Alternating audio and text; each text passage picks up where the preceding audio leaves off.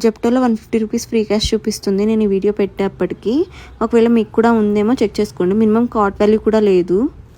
Month start అయింది కాబట్టి అందరికీ సాలరీస్ పడతాయి అండ్ ఆటోమేటిక్గా కొన్ని ఈఎంఐస్ కూడా పే అయిపోయి ఉంటాయి. అండ్ మనకి హాస్టల్ ఫీజులు, హౌస్ రెంట్లు ఇవన్నీ కూడా ఉంటాయి ఖర్చులు. అండ్ అవి కాకుండా గ్రాసరీస్, హాస్టల్లో గ్రాసరీస్ ఏంటి అంటున్నారు, కొన్నిసార్లు బాగుండదు. సో మేనేజ్ చేయడానికి అని చెప్పి కొన్ని తీసుకున్నా. మెయిన్గా dry fruits, makhana and bread ఇవి తీసుకున్న. మ్యాగీ ఇన్స్టెంట్గా చేసుకోవచ్చు అన్నట్లు.